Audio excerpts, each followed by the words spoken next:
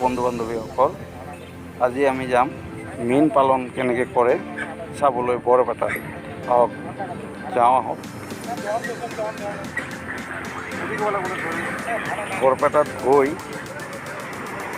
বৰপেটাত যাওঁতে ৰাস্তাবোৰ এনেকুৱা, চাওক কি ধুনীয়া লাগে।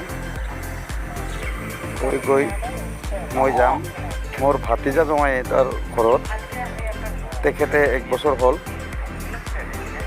মাছ এনেকৈ মাছৰ পোন উৎপাদন কৰি আছে, কৰি ভালেই লাভৱান হৈছে।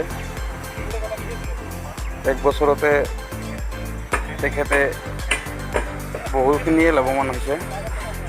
এইবাৰ কৈ মাছ আৰু শিঙি মাছ পোন কেনেকৈ টেংকিত উৎপাদন কৰে সেইটো কৰি আছে, চাওক। এইটো কাৱৈ মাছৰ এটা টেংক বনাইছে, এইখিনি 1 মাহ হৈছে পুহি আছে। এইখিনি টেংকটো ডাঙৰকৈ সজাই পেলাই এনেকৈ টেংকিৰ সহায়তে মাছবিলাক পালন কৰি আছে। আৰু ভিডিঅ'টো চাই যদি ভাল লাগে মোক জনাব, এনেকুৱা ভাল ভাল ভিডিঅ' আৰু দি থাকিম। ছাবস্ক্ৰাইব কৰিব আৰু কমেণ্টত জনাব কেনেকুৱা হৈছে ভিডিঅ'টো। ভাল লাগিলে কমেণ্ট কৰি জনাব।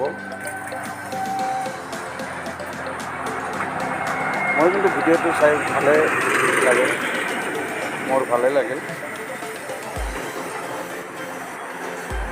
ধুনীয়াকৈ মাছটো এৰি খাই আছে।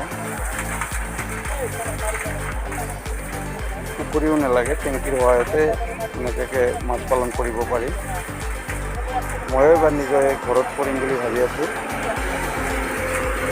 আপোনালোকে যদি কোনোবাই শিকে, কৰিব যায় মাছ পালনৰ বিষয়ে